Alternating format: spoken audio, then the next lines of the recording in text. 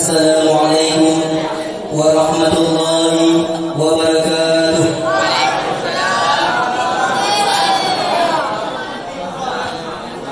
Alhamdulillahi bil adiyah, wassalatu ala khairil bariyah wa ala alihi dzawin nufusiz zakiyah.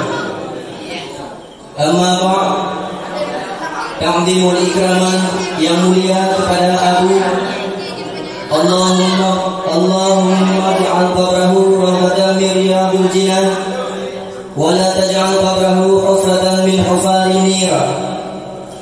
Ta'zimul ikraman yang mulia kepada Umi, ma'a keluarga, dan juga kepada beserta dewan guru, dewan hakim yang akan menghakimi kami dengan seadil-adil mungkin. Yang istimewa kepada santriwan-santriwati yang masih setia bernaung di bawah panji istiqamah. Pada kesempatan kali ini, izinkan Al-Fakir untuk menyampaikan sebuah syarahan yang berjudul Jangan Siksa Ibumu dengan Kerinduan.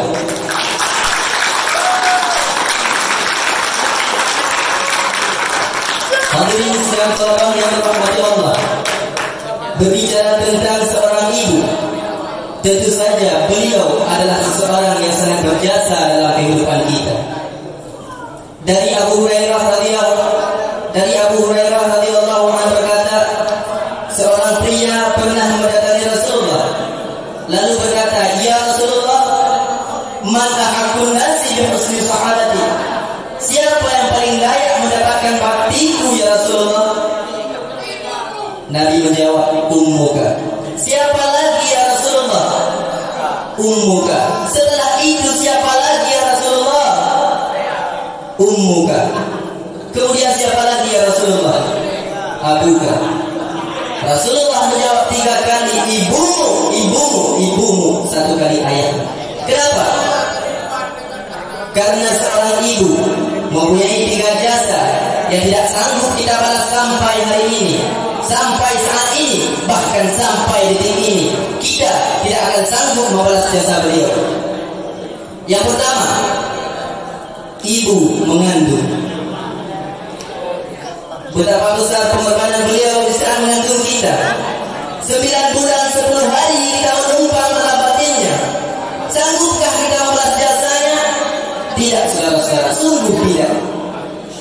Seandainya kita gendong seorang ibu jalan kaki bolak-balik keliling dunia, tidak akan sanggup untuk membalas jasa beliau di saat mengandung kita.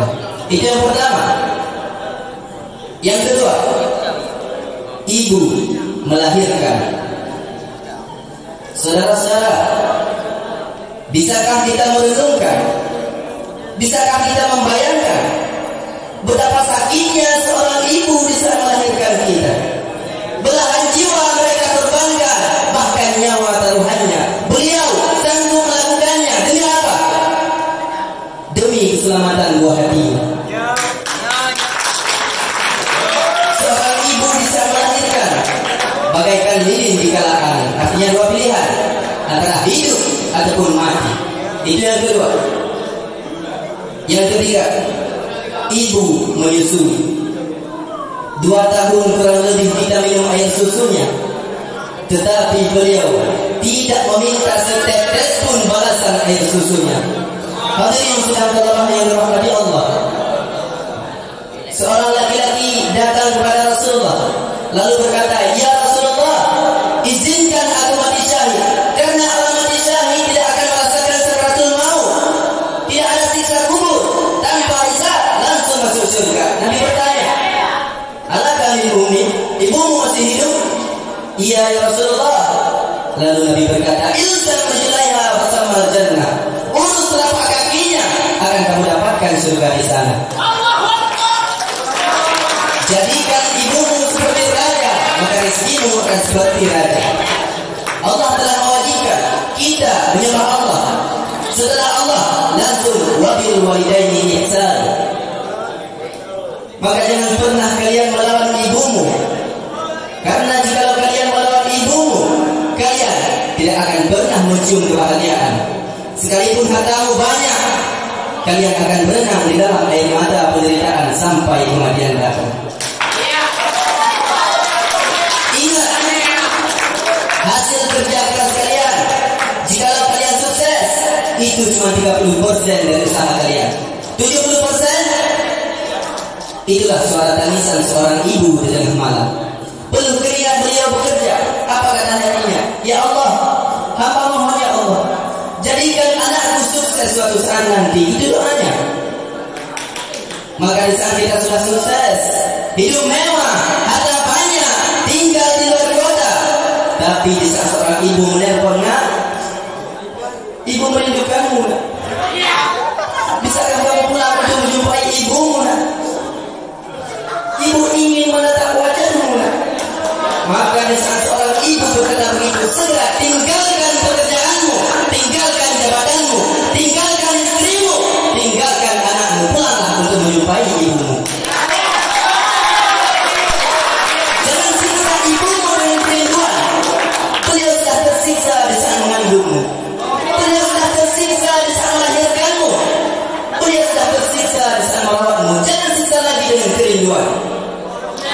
Walaupun salatmu ribuan rakaat, sedekahmu berjuta-juta, hajimu puluhan kali, tapi di saat kalian mengersaki ibumu, maka surga bukan milikmu. Ingat, jangan siksa ibumu dengan kerinduan. Harta bisa dicari, permata bisa dibeli, ilmu bisa dikaji, tapi kesempatan untuk membahagiakan orang tuamu tidak akan pernah terulang dua kali. Maka berbahagialah kalian yang masih mempunyai ibu. Di saat kalian pulang, kalian masih dapat melihat senyumannya. Di saat kalian pulang, kalian masih dapat mencium tangannya. Maka berbaktilah kalian terhadap keduanya. Karena ridha Allah ridha walidain, ridha Allah tergantung pada ridha orang tuamu.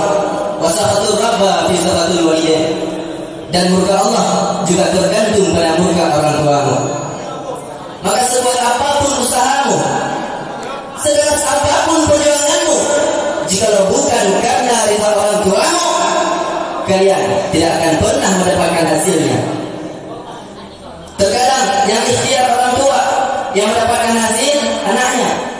Pernahkah kita mendengar kisah Siti Hajar di saat mencari air untuk Nabi Ismail? Yang bolak-balik dari Bukit Safa ke Bukit Marwah siapa? Siti Hajar. 7 kali bolak-balik dari Bukit Safa ke Bukit Marwah, tapi yang mendapatkan airnya siapa? Nabi Ismail. Nabi Ismail. Padahal Nabi Ismail tidak mencari air. Di saat Siti Hajar mulai lelah, Siti Hajar 7 kali bolak-balik dari Bukit Safa ke Bukit Marwah, Siti Hajar melihat buah hatinya menangis keras. Maka Siti Hajar berdoa kepada Allah. Hamparan tulisan doanya terguncang arsy. Siti Hajar yang berusaha, Nabi Ismail yang mendapatkan airnya. Hadirin sidang talabah yang dirahmati Allah. Maka di saat ibumu masih hidup, bahagiakan dia, muliakan dia. Kalian ingin sukses, tidak perlu sekolah ke luar negeri, tidak perlu jabatan yang tinggi, cukup muliakan ibumu, Allah akan berikan apa yang kalian mau.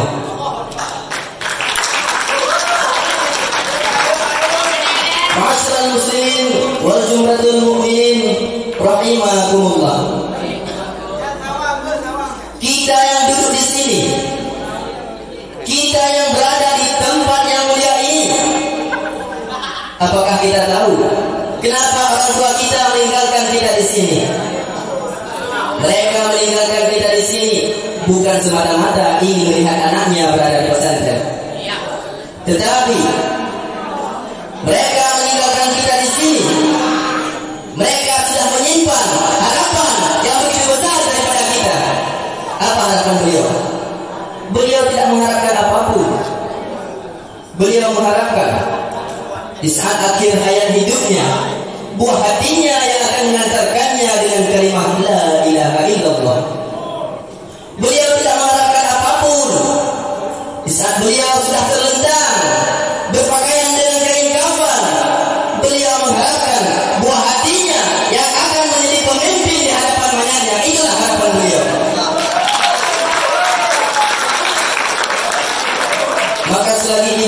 masih hidup, jangan pernah sakiti hatinya. Jangan pernah kalian mengecewakannya.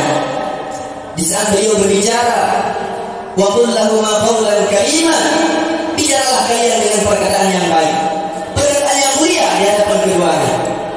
Jangan pernah kalian mengecewakannya. Jangan pernah kalian menjawab perkataannya dengan kata yang kasar. Allah telah berfirman, wala taqul lahum uffin, jangan mengatakan di hadapan keduanya. Saja dilarang dalam Al-Quran, apalagi mencaci, memaki, memukuli, jelas dilarang dalam agama. Maka jika kita melakukan perbuatan tersebut, kita sudah termasuk dalam golongan orang-orang yang durhaka. Kesimpulannya, jangan pernah kita lupakan jasa, perjuangan, pengorbanan dari seorang ibu. Jasa, beliau sangat berjasa di saat mengandung kita. 9 bulan 10 hari kita menumpang dalam batinnya. Sampai kapanpun kita tidak akan sanggup membalas jasa beliau di saat mengandung kita. Kemudian perjuangan, bagaimana perjuangan beliau di saat melahirkan kita.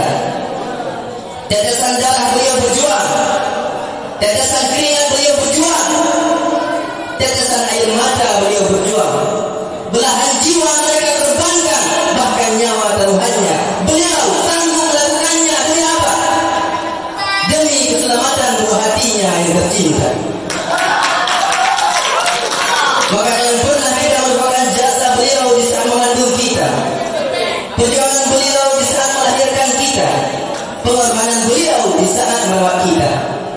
Rasulullah pernah berkata, ketika seorang pemuda minta ikut berperang, ketika seorang pemuda ingin mati syahid,